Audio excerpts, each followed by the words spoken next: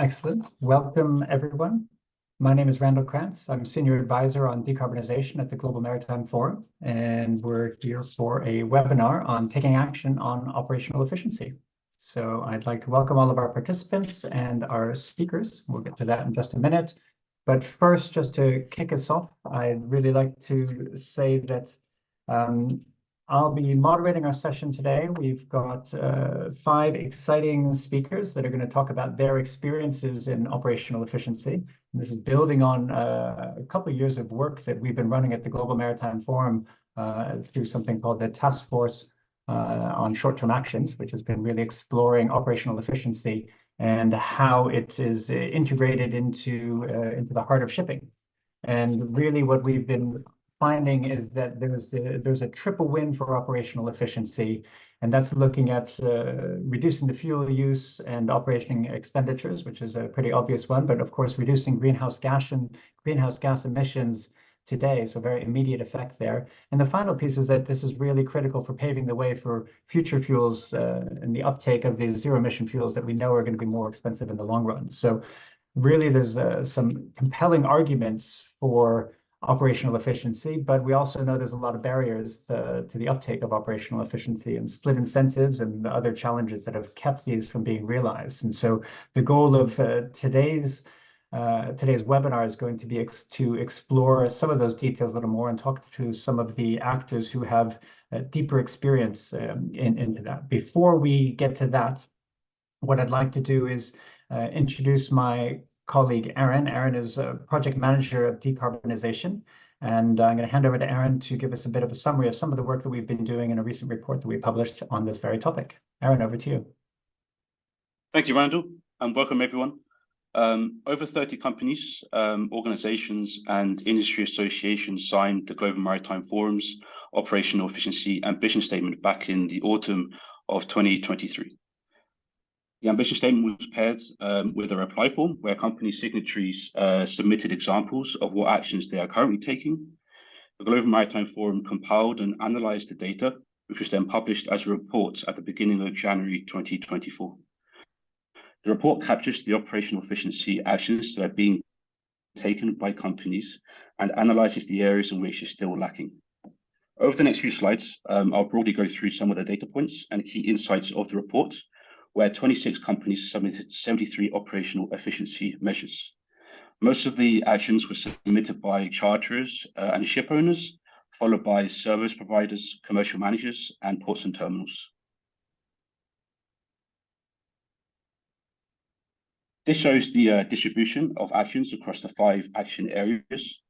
These action areas were identified through the short-term action task force that Randall mentioned, and was outlined in the ambition statement.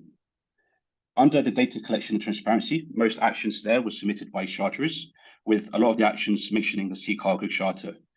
Real-time information processing was also common, often referring to speed and consumption monitoring. Charter party changes were most common in the contractual changes area, with the actions specifically addressing benefit sharing, speed optimization, and technical improvements. It was clear that from these actions that changing of contracts occurs on multiple levels between 2 parties as well as the full value chain. The 10 actions in the culture and leadership area were distributed almost equally among all the sectors. Most submissions relate to the sharing and implementation of best practices, the development of standards, and internal training. This is a crucial area as bold leadership and decisions need to trickle down into their day-to-day operations. Company actions under pilot projects demonstrated that companies are running pilots for just-in-time arrival, speed optimization, and the sharing of best practices. Some projects here were a practical demonstration, and some were also concept studies. For example, testing measures conceptually before physically implementing them. There were some great examples of this area, but it did have some of the fewest actions and therefore should be given some consideration for improvement. Lastly, we have the ports, terminals, and value chain. This area showed that the actions around just-in-time arrival, standards development, best practices, and speed optimization were being implemented by the ports and terminals themselves. The ports and terminals are equally necessary, as we know, to improve efficiency, and it's therefore great to see that they're also taking a proactive approach. Nevertheless, this was the area that did have the least submissions. Another key indicator in all of the actions that we received was collaboration. Over 1/3 of all actions submitted are characterized by their collaborative nature, and this is not surprising, as industry dialogue about operational efficiency has shown that most measures must include multi-stakeholder collaboration in order to unlock the potential. Overall, the report showed that the industry is taking a diverse range of actions to improve operational efficiency, with most actions submitted relating to data and transparency, but they also related to collaboration, and both of which are a positive sign that the industry is moving forward in the right direction. However, most of the actions were pilot projects, ports, terminals, and value chains, both of which are also very important. Ports can collaborate with shipping companies to gather real-time data on vessel schedules, berth availability, and port operations, which allows for better coordination and planning. Under pilot projects, they can play an important role in understanding and removing the barriers to improving efficiency. Most importantly, they prove to the rest of the industry that working together to improve efficiency is possible, showing the importance of sharing learnings that can be replicated and scaled. Scalability being very important here, because in order to meet the ambitions of the International Maritime Organization, these actions will need to be replicated and scaled rapidly, until the maximization of operational efficiency becomes the industry norm. Thank you. Thank you, Aaron, for sharing that. I've placed the link to the full report and the link to the ambition statement in the chat so people can have a look at those. I'd now like to introduce our speakers, and then before the speakers kick off, we're going to have a little bit of interaction to see how familiar our participants are with the topic of operational efficiencies. So, as mentioned earlier, we have 5 speakers today. First of those will be Eman Abdallah. Eman is the Global Operations Director for Cargo Ocean Transport. We have Marcia Driessens, who is the International Relations Manager for the Port of Açu in Brazil. We have Marcio Moura, who is the Global Logistics Director at Bunge. We have Philip Furst, who is the Sustainability Controller at Stena Bulk, and Kartik Katavate, who is Head of Fuel Optimization at Maersk Tankers. These speakers will be providing, as mentioned, their own perspectives. I encourage you to ask them questions using the chat, so please be active in the chat. Also, when you're doing that, if you can make sure that your comments are visible by everyone, it makes it a little bit easier for people to follow along. Sometimes the default is that the questions just go to host and panelists. So please do use the chat. Please be interactive and help us have an exciting conversation. And now, before we dive into our first speaker, what I'd like to do is launch a little poll. We've got 2 questions to help understand, and the first of those is, where are you in the value chain? So we can have an idea of who we've got on the call. So you can see that, and that'll give us an idea of who we're talking to. So we'll give that a few seconds to see who we've got.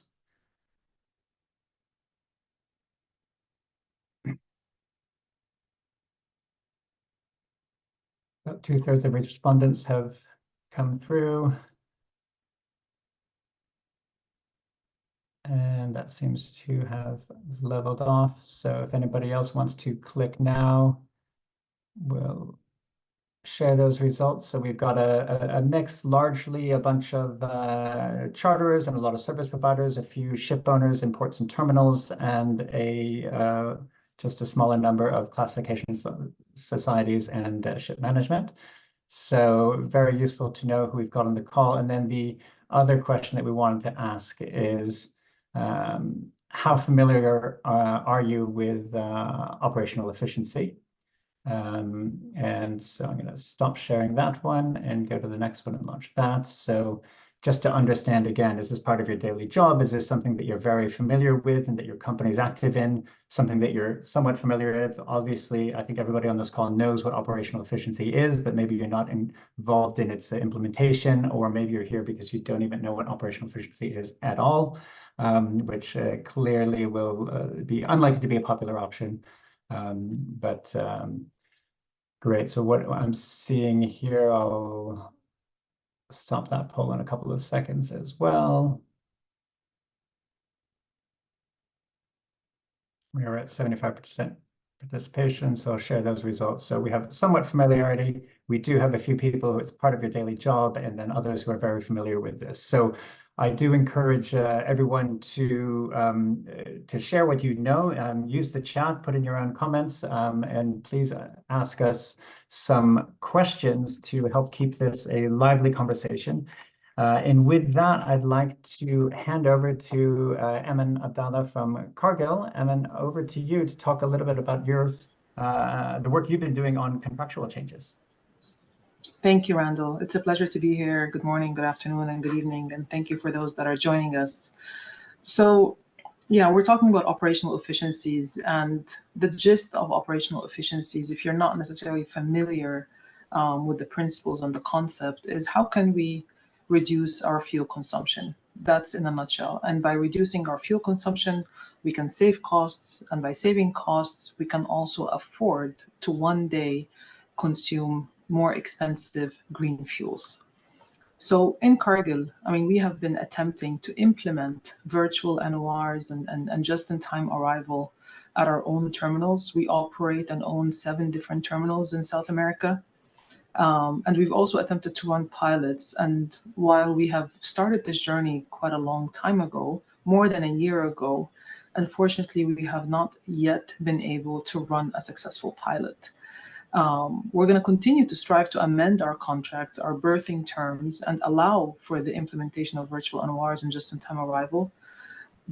And also bearing in mind the required margin days for hold inspections, for failures, etc.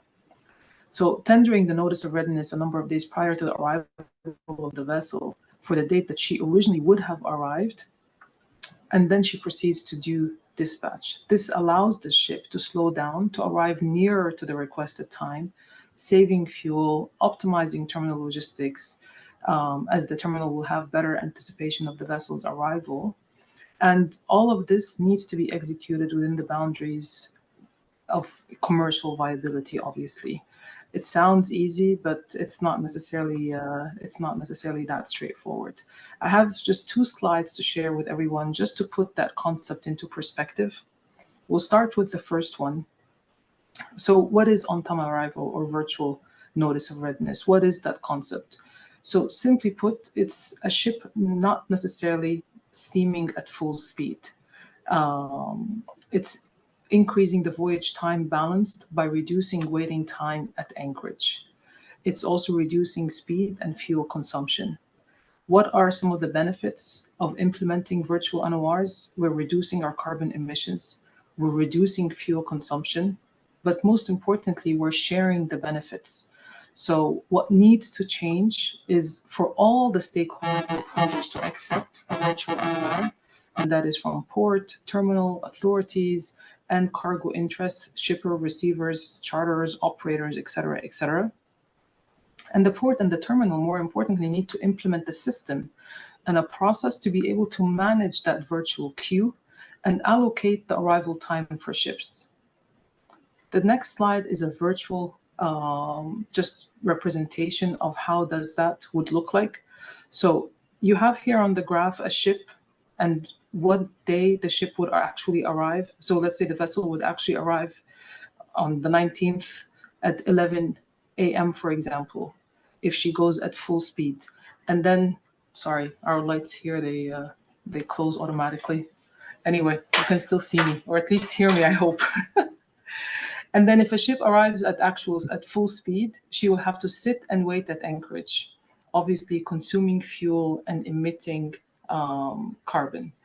Whereas if we agree on a virtual NOR, the terminal would accept that virtual NOR, and then we collectively agree that the ship reduces her speed and arrives with optimal speed at a later date, and that later date would be a lot closer to her actual berthing prospects.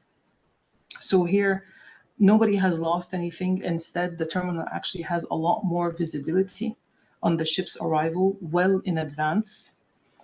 Collectively, we have reduced fuel consumption. And as long as we are sharing those benefits and those savings, then it's definitely a win-win scenario. Now, as I said, contractually, obviously, for the terminals, berthing conditions, they need to make those necessary amendments to accept virtual NORs. So that's number one. Commodity contracts as well need to reflect those contractual changes. And then freight contracts in turn need to also allow for virtual NORs to be accepted. So it's a domino effect, it's a chain, and one is interlinked with the other. This is what we've been trying to do. This is what we've been trying to implement. I think we're super close. Fingers crossed that hopefully within the next few weeks, we will have our first pilot, and then we will be able to come back and share, obviously, from the learnings and the benefits and so forth. That's Thank you, Emma, thank you so much for sharing that. I think you've underscored a few key things. One, which goes across all of this, is the need for this to be commercially viable. This is not about lost leaders or anything else. This is really about commercially viable way of operating, but you also highlighted some of the complexities, the need for that port and terminal support, the need for contracts to change. And it's not just the contracts of the vessels themselves, but actually the freight contracts and the commodity contracts. So there's a hierarchy, as you said, a domino effect of different things that need to change for this to work. And thank you for being honest and open about the challenges to do this, because it's not particularly easy. We've been working on it for some time together. You've been working on it longer at Cargill, I'm sure. And but it's somewhere that together we can start to make a difference. And that provides a good segue for us to shift to Martje Driessens, who's going to talk to us about the action on ports, terminals, and value chains. We were just highlighted from Cargill about the importance of ports. So let's explore that in a little more detail. Martje, over to you. Hello, Randall. Good day. Good day, everybody. Pleasure to be here. My name is Martje Driessens. I'm the manager for international relations working at Port of Açu. Just a small intro. So Port of Açu, we are a private port complex located in the state of Rio de Janeiro in Brazil. That's where I'm calling from. And we are composed of 11 terminals, mainly active in the dry and liquid bulk segments. We do about 85 million tons on a yearly basis. And we have a strategic partnership with Port of Antwerp, which is very interesting for us because it brings us lots of best practices, also in the area of energy transition, efficiency gain, and decarbonization. So, and last but not least, I also wanted to mention we are a proud member of IPH and also the Getting to Zero Coalition. So Açu is quite a young port. We are about 10 years old. So that's why I always give the introduction so that people know a little bit what we are and what we do. But let's go to the slide here. The case I wanted to present today was the CAIS Açu Lab. So CAIS, in Portuguese, it stands for peer, but it's also an abbreviation, and it stands for a collective of actions in the area of sustainability and innovation. So what we try to do here is that we try to promote efficiency and resilience in the port area, the maritime segment, and also for industrial operations. And our goal, of course, is to increase competitiveness. It has to be commercial, interesting, viable, and also we want to contribute to local economic development. So we want to really bring value also to the local community and the local businesses. This collective, it's composed of four pillars. We have the pillar of digital transformation, and so we want to develop Port of Açu as a smart port and bring digital solutions. The second pillar is energy transition, so we want to promote sustainable businesses, low carbon industrialization, and also the generation of shared values. The third pillar is new businesses. So we want to use the port as an ecosystem, as an incubator to develop new opportunities, right? Entrepreneurship and circular economy. And entrepreneurship really also means that these suggestions can come from within, from our colleagues, from whatever department, from the port community. So it's really a very democratic system. And the fourth pillar is process improvements. So we want to, we strive for the increase of efficiency and ESG positive impacts. Now, this is all, of course, it's very, gives a little bit of overview of the structure of our four priorities regarding this collaboration. But I wanted to bring some short examples here as well, so that you know what we are talking about.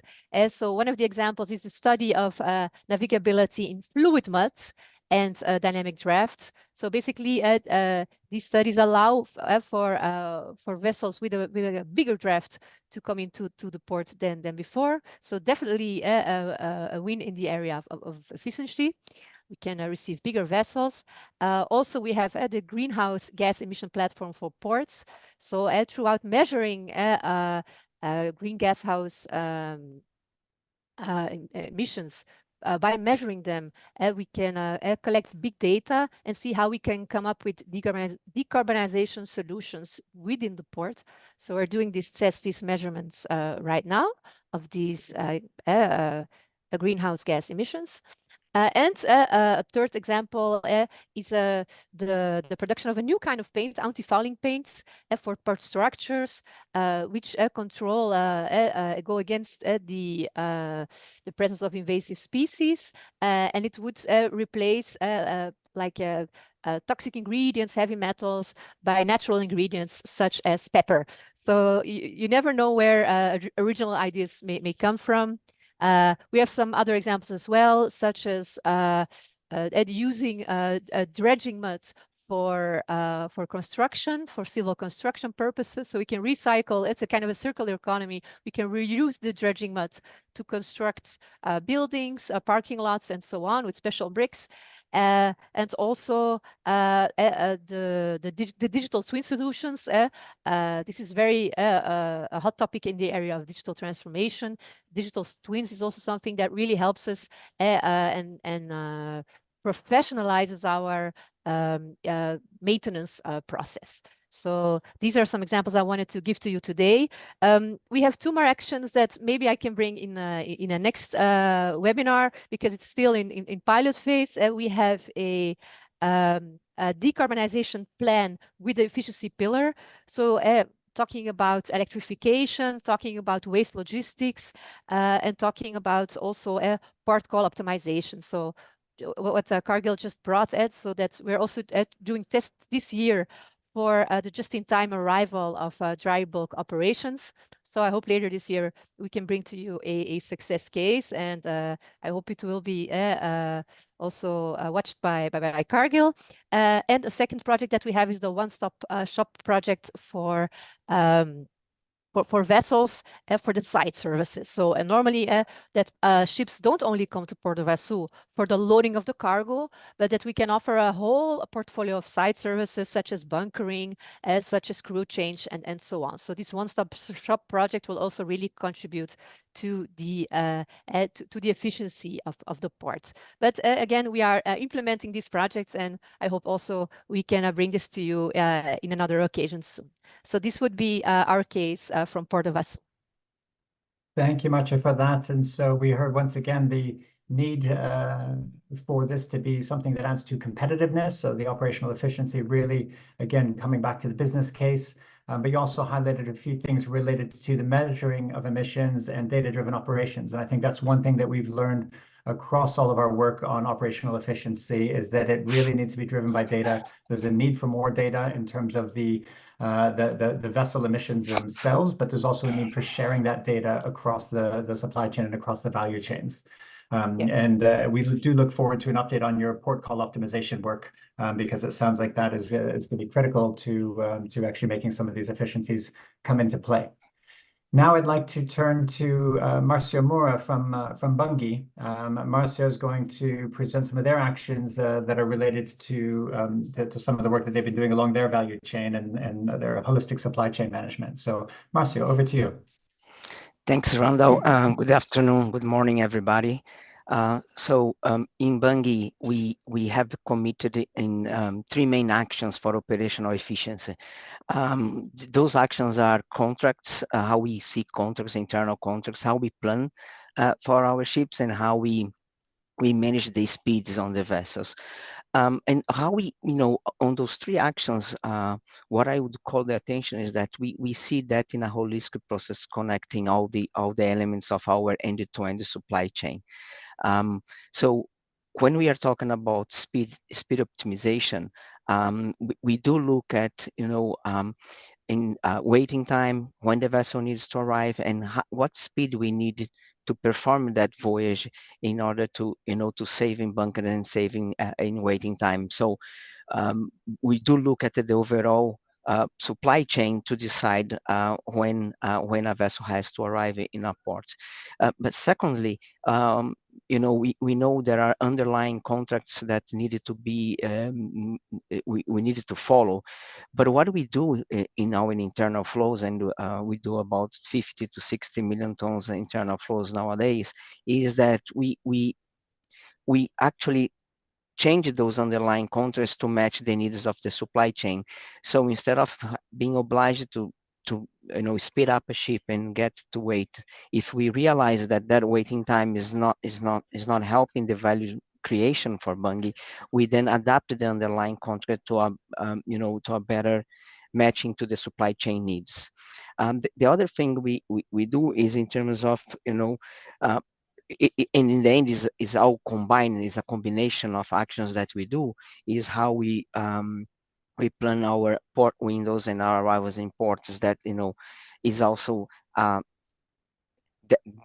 matching between port windows, the speed and needs of the cargo, needs of the port. The combination of this is how we are trying to create the value and looking at more efficient way of placing ships and reduce the carbon emissions that we have. But to do that, I would, you imagine that we deal with different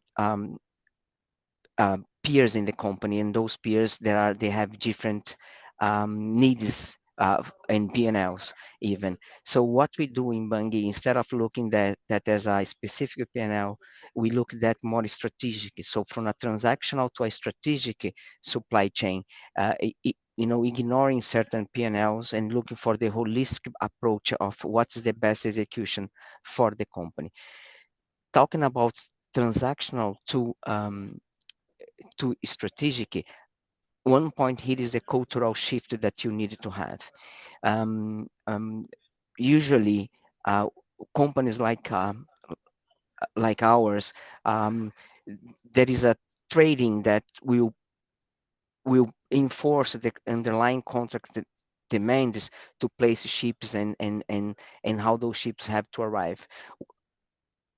In Bunge, we shifted that to a orchestrated management of the planning that would then spill out how those vessels have to arrive. So it's a complete shift, a cultural shift in how the company used to work to a new way of working, where you have this planning group that will then spill out how and why vessels will arrive. Instead of looking at independent P&Ls, we look at one holistic P&L for the company. So I think this is how we are looking at the operational efficiency. And when we do that, we then are gaining port capacity, we gaining less waiting time, we gaining less stock at risk, we gaining in also speeding up internal logistics. So there is a multiple number of factors that by having this holistic planning that will help to create the value and to cut our emissions. That is the goal here as well. That's all, Randall. Thank you so much, Marcio. I think this idea of ignoring certain P&Ls, you said, and looking at kind of what's best for the company, I can imagine that is a challenge if the certain P&Ls have certain KPIs, but at the same time, if you can kind of take that step back at a corporate level and say, how do we maximize the value at an overall, rather than for individual P&Ls within the company, we can actually have a total benefit. I think we can maybe come back in the discussion in terms of how does that process start? How would a company go about doing that? Because I think that's probably a big question as well. So thank you very much, Marcio, for that. The experience of Bunge being very valuable here. So thank you. Next, I'd like to turn to Philip first from Stena Bulk, talking about what you've been doing on data and transparency. This has already come up from some of the other speakers, and I think to kind of dive into this a little bit deeper, the work that you've been doing and your own in-house performance monitoring system, and how that's been working and what the results have been. Philip, to you. Yes, thank you very much. Thanks again for having me. Hello, good day, everyone. Philip first from Stena Bulk. tanker operator based in Sweden, worldwide, around 60 vessels. We at ZeroNorth has set our own target to have zero carbon operations in 2040, essentially our scope 1 emissions, right? And to achieve that, we see that operational efficiency is going to play a key part of that, because as was mentioned earlier, in the end we'll have to run on zero carbon or low carbon fuels, but we have to be able to afford that. But anyway, part of our operational efficiency initiative started quite a long time ago when we developed this in-house performance monitoring and operational platform, really. We later spun it off, actually, but they're still using it. But what we did also quite early was actually let our customers and clients have insight into the system and being able to follow our vessels in the system as a way of being transparent and as a way for us to, well, show our reliability, of course, but also to drive up operational efficiency by taking decisions on jointly shared data, really. And what we're doing now is that we're building upon these performance models with these digital twins that we are developing based on our vessels and based on high frequency data from sensors on our vessels. And the reason why we're doing this really is because what we see is that these different initiatives, just-in-time arrival and virtual notice of readiness, for example, they really need to build upon reliable data because there's a lot of stakeholders involved in a just-in-time arrival setup. And data has to be shared between all of these stakeholders continuously in order for everyone to make correct decisions, and everyone is more or less a little bit dependent on each other to make the correct decisions in order to de-risk the whole setup. So that is really why we have started this digital twin journey that we're on.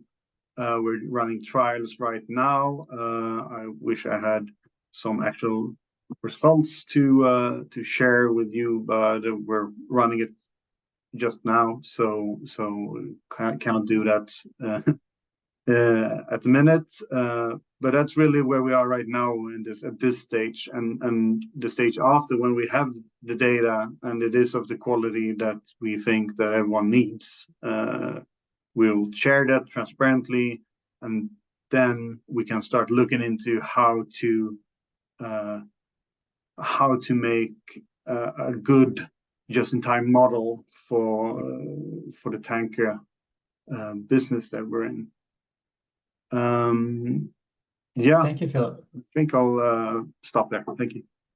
No, that's amazing. So I'm hearing the value of digital twins, and you also mentioned the role of high-frequency data based on sensors. And this is something that we learned very early on in this in this work, is that noon reports are insufficient. Once a day is definitely not going to do it. Plus, you have certain unreliabilities or biases that sometimes can come with noon reports. So sensor-based data, high-frequency data is definitely going to be critical. And you also made a link, a tie-in between kind of the role of that data and just-in-time arrival, aligning all the different partners and having that transparency. So it's not just having the data, it's being transparent with the data.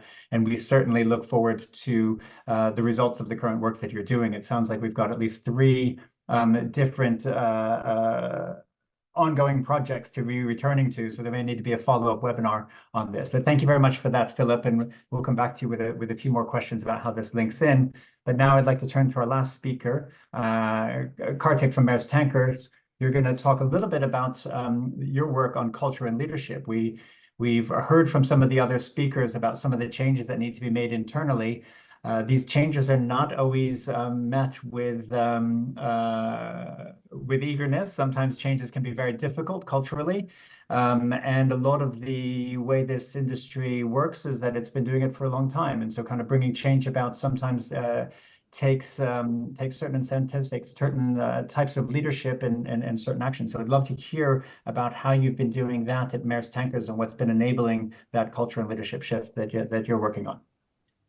True. Thanks, Randall, and good day to everyone. As you very rightly said, that it's quite a task to get into the behavioral and the cultural mindset of an organization. So, because of that, 3 years back, we started this program where, on a monthly basis, we would bring in not only the owners but also the different technical managers, and if possible, the captains and the chief engineers onto the same platform, and try to make them understand why we are telling them to do or take certain operational actions. Now, with this monthly connects that we had, we wanted to go from a reactive system towards a more proactive system, and then now we want to tend towards a predictive system using the data tools that we have. And although, like I said, it needs a leadership and a cultural mindset change. We cannot actually think of it on just the vessel level, or the chief engineers and the masters should change their approach, but it has to be a top-down approach. We have to make sure that the leaders understand that it's an inter-organizational change. That means we need to bring strategic KPIs, tactical KPIs, and operational KPIs to be aligned with the goal that we have. And coming on to that, let me take this into a different approach and talk about data. Now, like the Ice Age and the Stone Age, we actually are in the data age. With the quantum of data that we are collecting from each and every aspect of every noon report that we have, we are capable of analyzing all this quantum of data and coming up with real good actions and focused actions for everyone to assist on. So from that point of view, we actually worked with ZeroNorth and started developing our own reporting tool. Now, from what we see, that we've always seen that if you have sub-charterers, owners, everyone has a separate reporting tool for the chief engineer or the master. Now you're only increasing the work for the ship staff and not actually allowing the ship staff to focus on the operational actions that can get down to vessel efficiency. Because of this, we ensured that we can have a seamless data transfer right from the reporting end into the commercial end, so that our operators see a single source of data coming right from the vessel. There's no human intervention in the middle, and that's what creates the difference in how we use the data and how we reduce our work on the vessels to ensure that the captain and chief engineers can actually concentrate on what they have to do. The second aspect of it is very simple, is the single metric. I mean, with the data, you always find multiple metrics coming into play. You have CII, you have EOI, you have other certain companies taking other metrics, but the quantum of data that generated, we can actually come down to a single metric and actually see whether we are really using the metric to our advantage. It could be metric ton per nautical mile. It could be a scalability of the cargo that we are carrying. But I think the industry needs to understand and come down to a single metric for all the organizations to align. Just to cap it off, our chairman, Robert Ugla, actually was doing a podcast, and he said these real enlightening words, that everything that we do or should be done is in terms of a useful business. Of course, every organization is a business at heart, but then we have to look at it from the first word as being useful. How are we contributing to the environment? How are we contributing, or what is our role in ensuring that we can get a better operational optimization into play? So on that note, I will hand it over to you, Randall, and thank you. Thank you, Kartik, for that. And thank you to all of our speakers. Kartik, you highlighted one of the key things here is that we have a quantum of data. There's a lot more data that we're able to gather now, but that data needs to be used. And so we really need to make sure that we're not just collecting data for the sake of collecting data, but that we're collecting data in a way that it can be used. In your case, a single source of data is leading to a fluidity that allows you to actually be able to use that data. And as you pointed out, removing the human element from that makes it smoother and efficient, more efficient. So thank you all for your comments and for sharing that. We've got a few questions in the chat, which I think I'll start with. And then, of course, I've got my own questions as well. But one of these questions came through. This was a question from Fabio Peixoto. Specifically targeting you, Eman, but others may want to chime in as well. And so they're pointing out that in order to manage a scenario and decide to slow down and reduce emissions, we need to have this transparency. And of course, this has been mentioned several times. And the specific question is, how do you see the challenge when you're not the terminal's owner or manager and may not have that full information, the clear picture of competitor vessels and that may have not been declared yet? So how do you manage that when you're on the water? Eman, to you, and then maybe if others want to comment on that as well. Sure. So I see a few questions actually about virtual NORs, and I'll address the first one. And maybe perhaps through my answer, I will also address the others. If you're not the terminal owner or the manager, obviously this is all new. I mean, we've been talking about virtual NORs for decades, and unfortunately, we haven't necessarily been able as an industry to adopt it. So since we're still in pilot phase, I would recommend piloting virtual NORs with the right terminals that have the same objectives and the same mindset. The terminals that are willing to offer that level of transparency to you as a user of the terminal, but also to the other users. So let's agree, what is virtual NOR? Virtual NOR means that a ship is originally scheduled to arrive on a certain date. I'm going to assume that date, let's say, is the 10th, right? And her berthing prospects are only on the 15th. And you have those 5-day gaps. The agreement between you and the terminal and all of the other stakeholders is, can you accept my virtual NOR, right? And allow the ship to slow down so that she arrives at least 1 day ahead of her berthing schedule. And this means that I have saved 4 days. So the ship, instead of arriving on the 10th, she'll arrive, let's say, on the 14th with berthing prospects on the 15th. So you still have enough time to do your hold inspection and so forth. And it gives the terminal enough buffer. But all of that is conditioned by transparency to the other users. So the terminal has accepted the ship's original NOR on the 10th, but knowing that she's going to only arrive on the 14th, which is, let's say, 24 hours ahead of her berthing prospects on the 15th. I've reduced my fuel consumption, I have reduced waiting time, and everybody in the end wins in that scenario. You need your contracts to reflect the same, and you need buy-in ultimately from all the stakeholders, and ultimately transparency from the terminal who's willing to pilot virtual NORs. Thank you, Eman, for that clarity on that issue. Wondering whether others wanted to comment on this, whether Mathieu or Marcio, you have a comment on it. Yeah, I see the intrinsic value in the virtual NOR, and I think the questions are very pertinent because that is really the difficulty. The difficulty is how you get the right transparency and to position the vessel in a way that you are not bypassing anyone and that you are maintaining. But the fact is, most of those terminals, we don't operate ourselves. There are very few that we are the only ones that are loading in that facility, and that's when the complexity starts. And just why we actually do have a kind of internal NOR, virtual NOR in Bungie, but it's only for our ships, right? Because we are managing arrival vessels lineup versus our supply chain needs.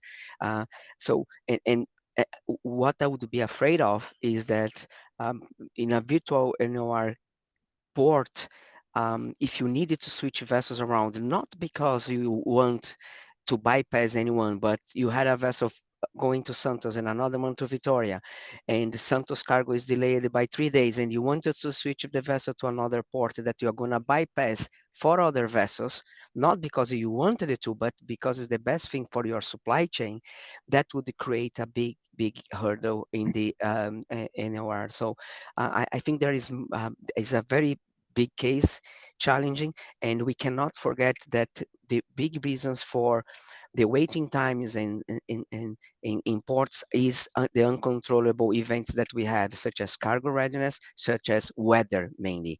And working in the weather would be, or how you can operate under weather would be a much bigger saving in terms of lineup optimization. Thank you, Marcio. Anybody other want to comment on this in particular? I'd love to explore this idea of kind of what happens in jumping the queue. How do we prevent that? Is that something that there are solutions that exist for this to be transparent and fair from a port perspective? I'm not sure, Matthew, whether I can put you on the spot on this. Well, so Randall, in general, Ed, we applied the first come, first serve principle. We have a lineup which is planned detailedly, and we have to respect the order. But I think what Emma mentioned, that it's important to start with these pilot projects, find terminals with the same mindsets. And I think Port of Açu is definitely open for to include more partners and to try out pilot projects in these segments. So I think transparency here is key. It's very important that we can create maybe a small task force, a small alliance, and then report the hurdles, the challenges, and then make it scale up. But I think everything starts with if you want to leave the theory zone, the report zone, and go to practice. I think everything starts with an alliance, a small task force with representative of the entire chain. So the ship owner, the cargo owner, and then the ports. And you just have to find the right people. So I know there are some challenges, but I think if you start with some with innovators, let's say, in the same club, I think you can really achieve great results and overcome these hurdles by sharing data and being honest and communicating. Thank you much. And certainly one of the things that we've seen here with our work on operational efficiency, we started largely with charters and ship owners. And what we've found is that we start to say, who are the ports that are willing to engage?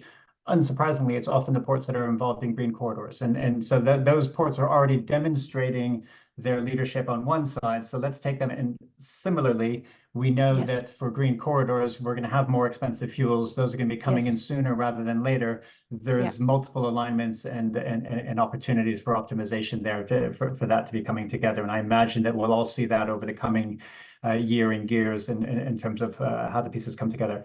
I'd like to shift gears a little bit in terms of metrics. There's a question in the chat around, what are the key metrics that are being used by your companies? And I'm not sure whether it's possible to have an answer here. It says, which single metric would you agree on being the most important?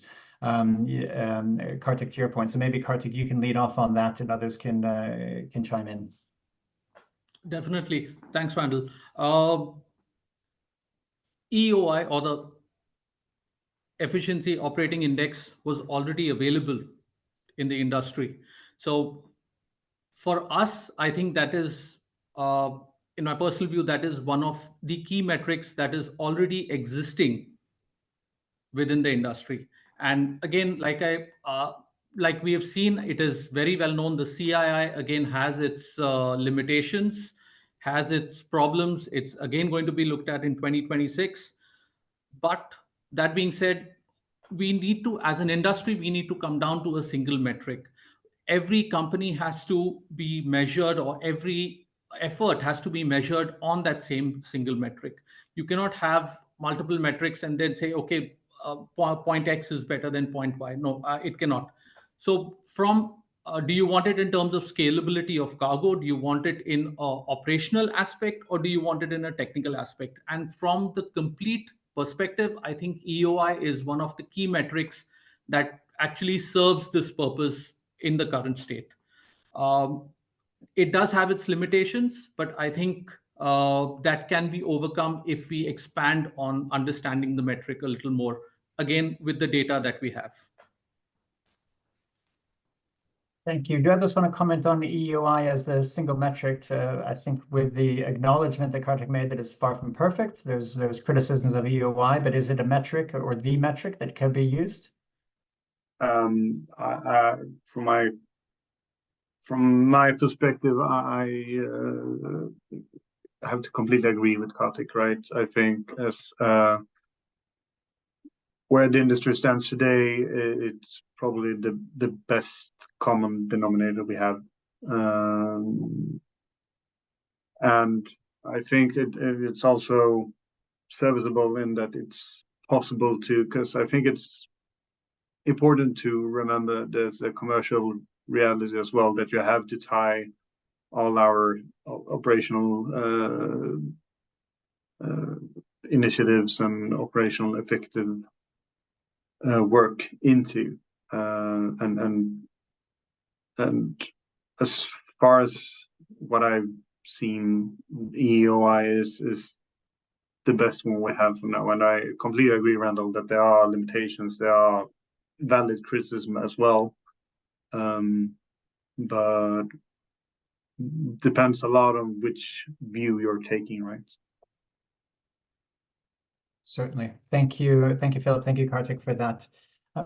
We have a limited time left. I'd like to maybe just kind of step back a little bit and ask us the question around kind of what would you say is the single biggest hurdle has been in implementing the measures that you've been taking, and how did you overcome it? So maybe I'll just kind of run through each of the speakers on that. Marcio, I'll start with you. Kind of what has been the single biggest hurdle, just very quickly, and what have you done about that? Okay, I think is just making a parallel to be very quick is, if you see other industries, there is those marketing guys that are selling the product, but then after they sell that product, they give it to someone else to execute, because there is a dedicated area that is called the supply chain area that is going to be the best way to produce, deliver that product. I think, when you are talking about commodity, like our industries, at least where we are today, is a commodity industry. There is much that the commercial is taking, that also the decision on the supply chain. Eventually, one day, we have to separate more and more those two, making the supply chain the leading on how you deliver that product that has been sold. And by doing that, you're going to allow to unblock certain blocks that you may have into your organization. And that's the cultural shift we were talking about. So I think that if I have to address one single point is, how do you unlock that in the intrinsic point that today the supply chain is managed under the a commercial boundaries, not forgetting that what drives our type of industry is the commercial decision, right? So we are not disconnecting both. We do understand the levers, but we would need to give more focus to that supply chain management. Thank you, Marcio. Eman, to you, what would you say is the biggest hurdle, and how have you overcome it, or how are you overcoming it? I think alignment, I would say, is the biggest hurdle, especially that you need alignment across various stakeholders. One of the biggest obstacles that we found is coming up with a system that caters not only for our own ships and our own trade flows, but everybody that calls our terminals, right? How can we make sure, and I saw in one of the comments, how can we, make sure that nobody's taking advantage of the system? How can you make sure that nobody's jumping the queue, et cetera, et cetera? So obviously, these are things that are very, very important to us as Cargill, to make sure that when the terminals that we are operating, yes, I want to pilot virtual ORs, and it's important to reduce emissions and improve operational efficiencies. Yet, at the same time, that should never come at the expense of our credibility as a terminal, that we are fair and transparent with everyone that calls the terminal, and we're not having one set of rules for one operator versus the other. So having alignment, that's number one. I think that's the biggest hurdle. And also, how do you come up with a system that caters for everybody and that is equitable also to everybody. And here I feel that the solution is going to be underpinned by transparency. And I don't think we need to go too far. We know that Newcastle already have a virtual NOR system in place. We're trying to actually expand on that principle, on that concept, and have it work significantly well in advance of the 48-hour window or the 24-hour window. So it is there. We could replicate that success. We could expand on it, but we need alignment and we need everybody to really believe in the concept and the principle that, you know, with transparency, with sharing of data, with split incentives, we could reach our overall objective. Thank you, Emma, and certainly that that window of transparency is something that's been talked about. Obviously, Newcastle often being referred to, but Port of Rotterdam is running a pilot on that as well. I think with a shorter window, 12-hour window, but also very interesting. Very quick answers from Marcia, then Philip and Kartik. Yes, Randall, can you hear me? Yes, we can hear you. Okay, perfect. So the hurdles would be, I think, mainly financing. It's always hard to get budget for research and development and innovation versus the daily business. So it's always a challenge to get funding, whether it's from within, whether it's from the government, from private partners. I think it's always important to get the resources, also human resources, by the way, to get the manpower. And second of all, but this is typical maybe for Brazil, it depends on the country, but the regulatory framework. So we just next week at the Intermodal Fair, it's a big logistic fair, we will launch a manifest. And it's basically, it consists of interviews with 30 stakeholders where we mapped at really challenges, hurdles, but also opportunities.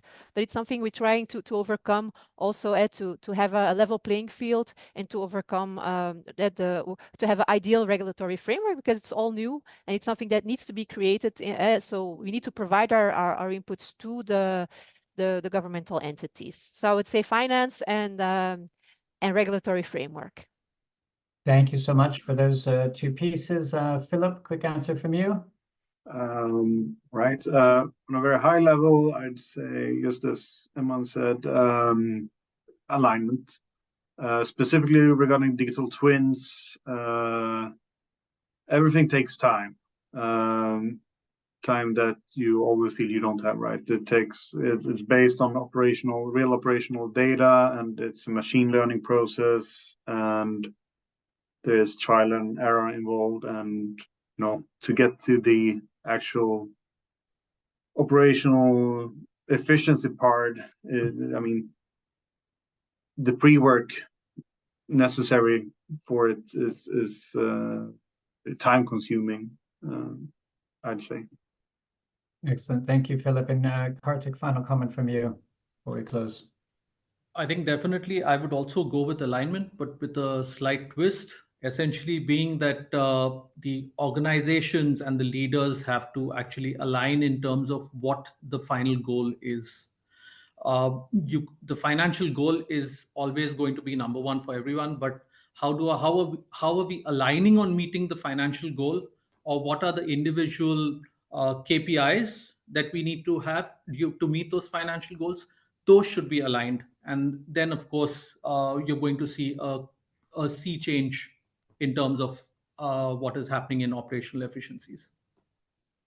Thank you, Kartik, and thank you to each of our speakers, Marcia Murray from Bunge, Iman Abdullah from Cargill, Marcia Driesens from Port of Vassou, Philip Foos from Stena Bank, and Kartik Katavate from Maersk Tankers. We heard a lot of interesting points here on kind of what the fixes might be. It sounds like the biggest one is definitely alignment, a few different dimensions of that, including alignment around KPIs, alignment around the digital and the data, and alignment around kind of making this work for everybody at ports and terminals and on the water. We also heard about the need for kind of the regulatory framework to help make it happen, the role of financing and budgets, and finally the kind of the it has to be equitable to everybody, and that can be driven by transparency. So thank you all for this wonderful conversation, clearly a conversation to be continued. And thank you for all the participants who have joined us and hung out with us for this informative hour. Thanks all, and have a great day. Thank you. Bye-bye. Bye. Thank you.